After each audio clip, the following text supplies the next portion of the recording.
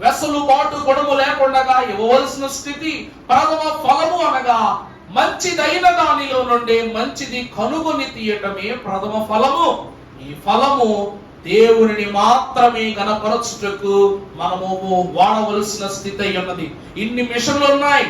ఇన్ని మిషన్లో Bible machine ప్రథమ ఫలం అని అన్నారు మన ఆత్మీయ తండ్రి గారు ఫాదర్ ఎం దేవదాసయ్య గారు. దేవునికి మహిమ కలుగును గాక.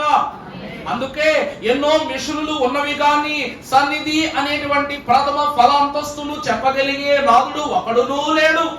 ఆ ఫలమును బోధించుటకు, సాతానును శోధించుటకు, రాకడ సాధించుటకు దేవుడిచ్చిన ఫలము రాకడ ప్రథమ ఫలమే ఏమై ఉన్నది?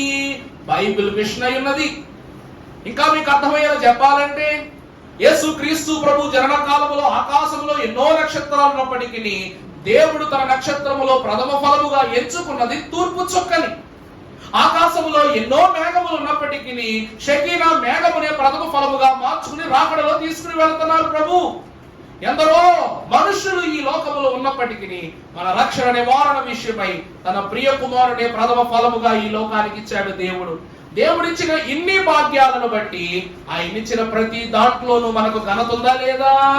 తూర్పు చుక్క ద్వారా సర్వలోకమునకు క్రిస్మస్ అను ఘనత, అలాగే షకీనా మేఘము ద్వారా సార్వత్రిక సంఘమునకు రాకడ ప్రయాణములో ఘనత, యేసుక్రీస్తు ప్రభువు ద్వారా ఆయన అనుభవిస్తున్న రక్షణ అనే ఘనత ప్రభు మనకిస్తున్నారు. ఇన్ని ప్రథమ ఫలముగా ఇచ్చిన దేవునికి మనము వాడుకునే రోకలివ్వలేమా? మనము దాచుకున్నటువంటి ఒక గుప్పెడు బియ్యాన్ని ఇవ్వలేమా? దేవునికి ఇవ్వాలి.